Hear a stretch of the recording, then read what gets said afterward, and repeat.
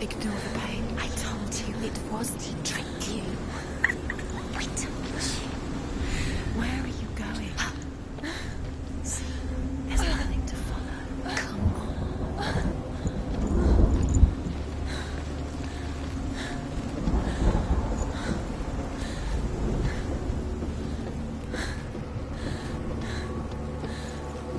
Before she first met him, she was not in a good place. Just a teenager, but not like the others. Barely functioning, she rarely left the house. Her father's in-bell made sure of that. Only occasionally did she venture out on her own, collecting firewood and herbs. Errands out in the Orkney Plains. That was her world. Like this one. Barren and lonely.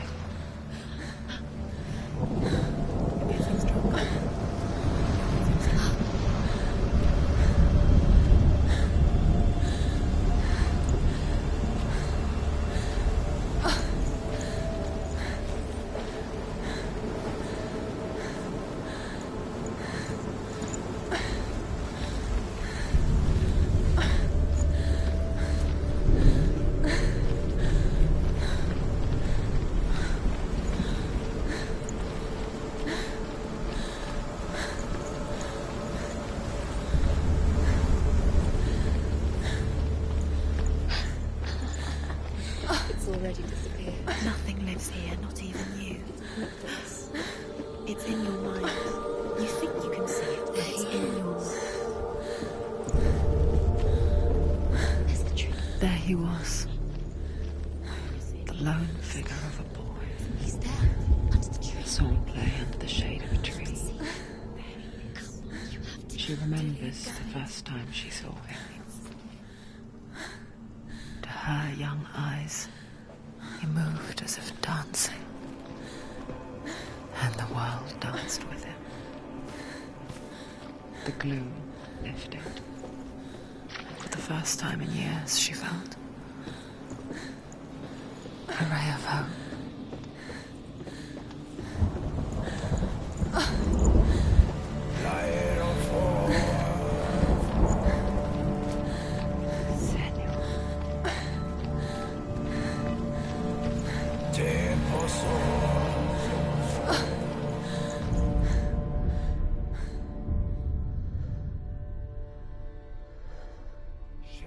Senua, there will be times that you will feel alone and exhausted, like a strange little fish swimming against the tides of the big ocean.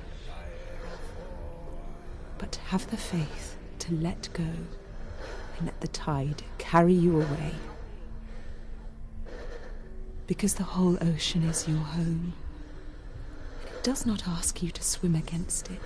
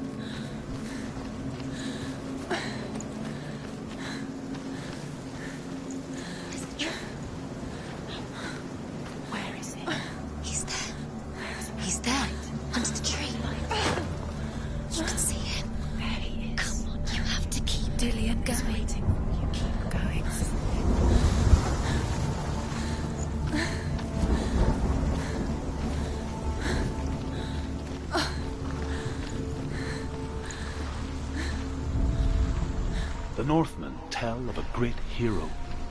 His name is Sigmund. His father's hall was built around a great tree, and one day Odin comes and thrusts a sword into the tree, a gift to whomever can release it. Many try, but the sword only comes out at Sigmund's touch. His brother-in-law, King Sigurd, wants it, but Sigmund refuses him, so King Sigurd plots revenge. He invites Sigmund and his brothers to a feast, but when they arrive, they're met with an army, not a warm welcome.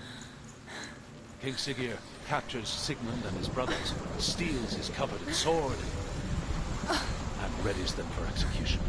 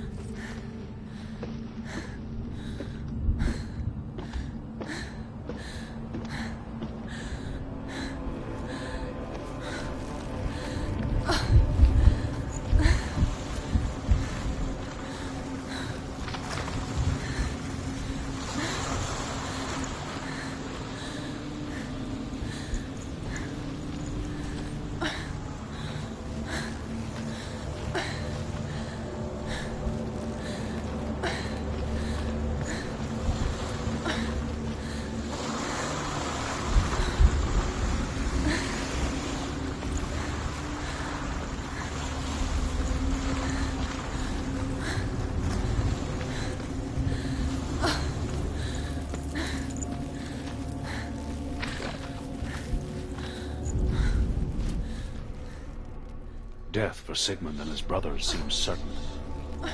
But the king's wife is Sigmund's sister, and she begs for mercy and implores the king to chain them up instead. He agrees. Not mercy though, but because he plans an even more cruel and lingering death. Chained to a tree in the forest that night, a she-wolf comes and devours one of Sigmund's brothers. She returns, ravenous, night after night, until only Sigmund is left. The next day, Sigmund's sister sends a servant with honey to smear on Sigmund's face. But to what end? Well, that night, when the she-wolf appears again, you'll never guess what happens.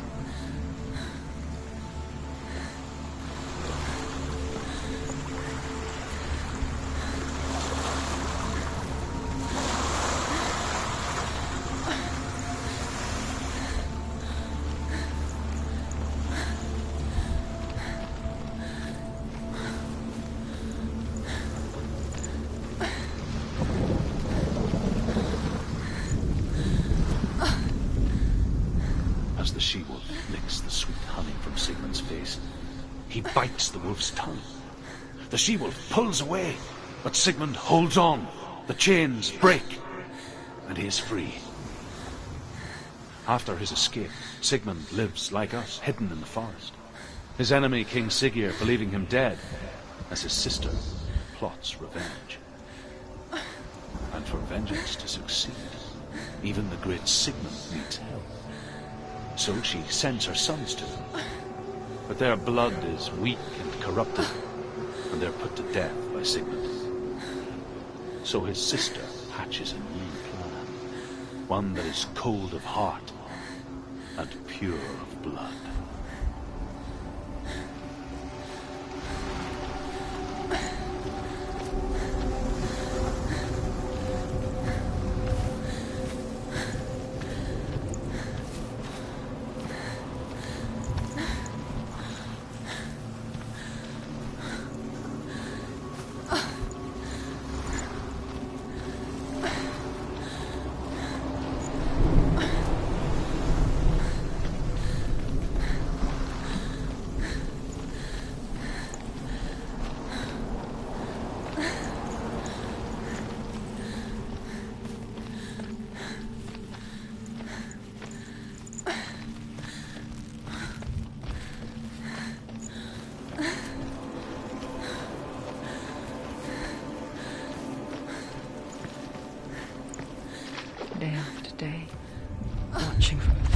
she mimicked him, perfecting her own secret dance,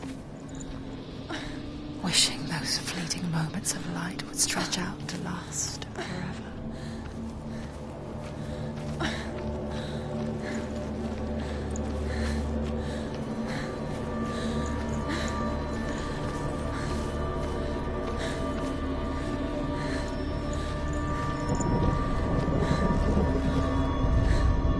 Sigmund's sister trades shapes with a sorceress, and in disguise, she lies with her own brother.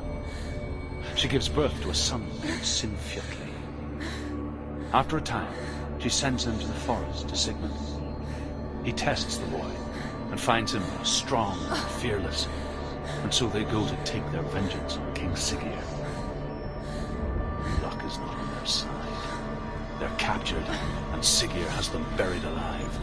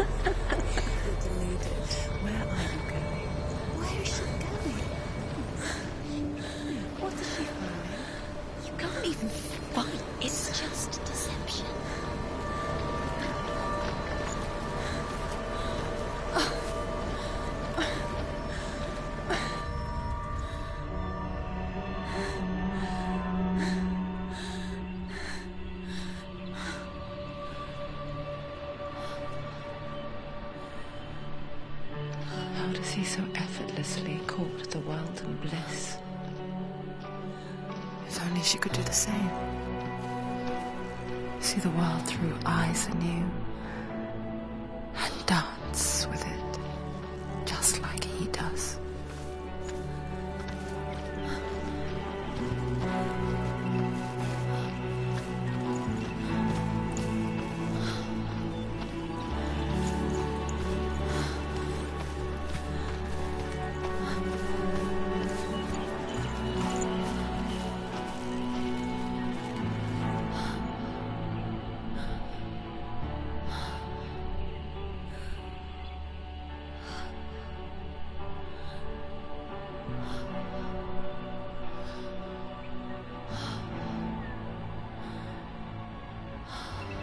What's your name? Senua. I haven't seen you before. I don't leave home much. Oh, Zenua's daughter. I have to go. Wait. Who taught you to fight like that? No one. No one? Well, I watched you, and... You learnt all of that from watching me? You should become a warrior, you know. Me? I'm Dillian. I'm here for the warrior trials. Just come and watch. And bring your sword. You can't put it into words. That moment when you look into the eyes of the one who's supposed to reassure you, make you feel safe. It only takes an instant. Fear swallows you before you have a chance to make sense of it.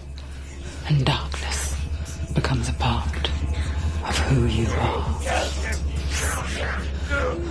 You killed him. But her world changed the day the Northmen took him from her. Senua knows that there's no going back to how things were. That there's nothing to go back to at all. Stay still, stay quiet, hide, don't tell her. Their gods can see into your mind. They will use this power to destroy you. They won't stop me. I can still feel it. Whatever's left of him, they will never let him go. I'm not gonna let him rot here! You're the one rotting here. Leave me alone. You will die here. No! And all your suffering will have been for nothing. Shut up!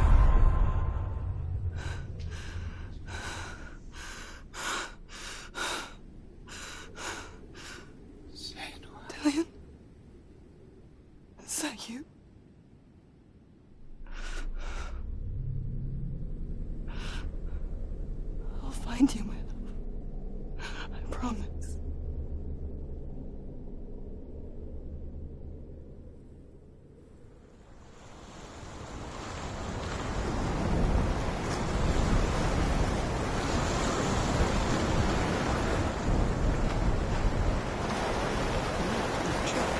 Can you see him? You want to believe it. Is he It's real. Is he there? You're alone in these mountains. Is that Delia? Nothing lives here. You won't Survive.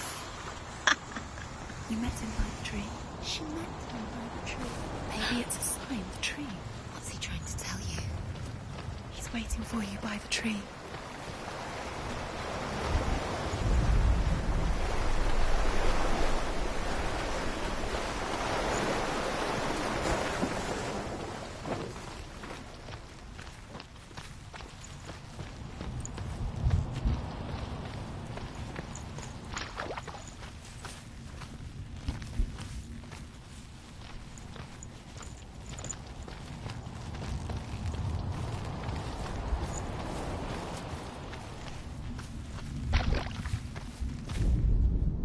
As Sigmund and Sinfjotli are being buried alive, Sigmund's sister throws an armful of straw into the grave mound. Hidden in the straw is Sigmund's sword, the gift of Odin. They cut their way out of the grave mound and set fire to Siggeir's hall. The king burns to death. Sigmund calls to his sister to come out so that she may live and be honored. She does come out, but only to tell him the truth. That she had slept with him, her brother, to beget a strong avenger. I am not fit to live, she says, and walks back into the fire. Strike vengeance from your heart, Senua, as there is always a heavy price to pay.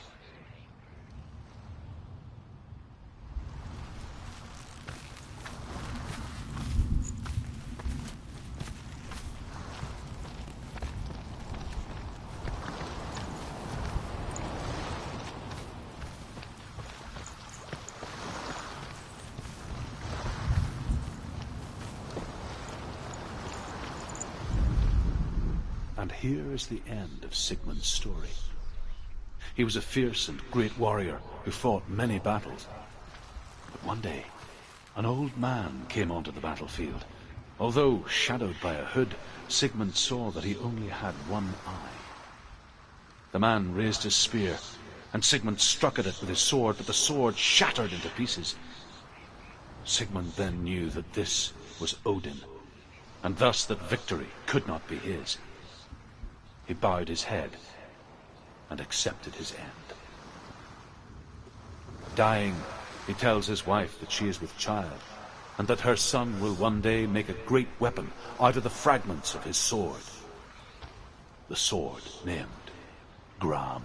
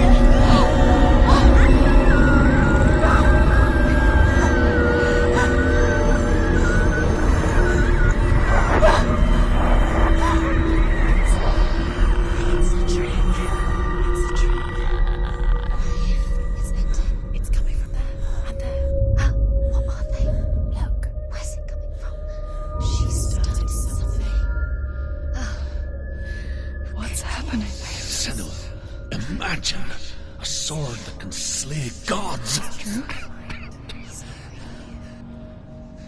Its name is Gramr. It was forged by the god of all Northmen, Odin, and gifted to Sigmund, a great warrior. I need this sword. It's important. Can you help me? The sword appears whole, but it is an illusion. It shattered into shards long ago. It is said a great warrior can reforge Gramr by answering the trials of Odin, one for each shard. The roots of the Tree of Death will take you to new lands, where you will face the trials. Go to the shard. Go to the shard. Go to the shard. What's the shard? Find it. It's the metal runestones. It's in front of you. Find it. The metal. The runes. Find it. There it is. Focus. There's the shard. Focus. Focus. Use your eyes. Look. Get closer. What can you see? Go to it. It's not safe. Don't go near it. A king in the north forced the dwarves to make a sword that would never fail and never rust, and that would slice through iron and stone and bring victory to its bearer. But the angry dwarves cursed it. It would be the death of a man every time it was drawn, and it would be the death of the king. Let me tell you about the sword Tyrving.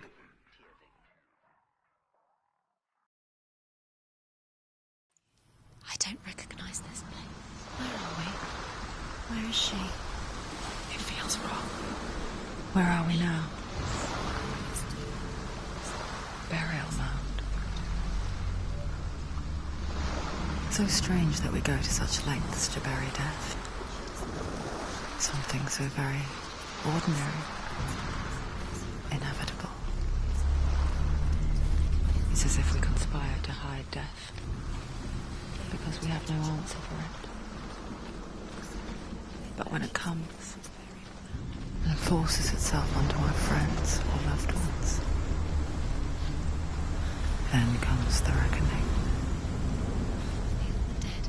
Senua, you remind me of a story that the Northmen tell about a young woman warrior. Her name is Hervor, the daughter of a berserker, born after he was killed. She is a wild, willful child who teaches herself to fight with weapons. When she learns where her father is buried, her only desire is to reclaim the treasure buried with him, but above all, the sword Tyrving.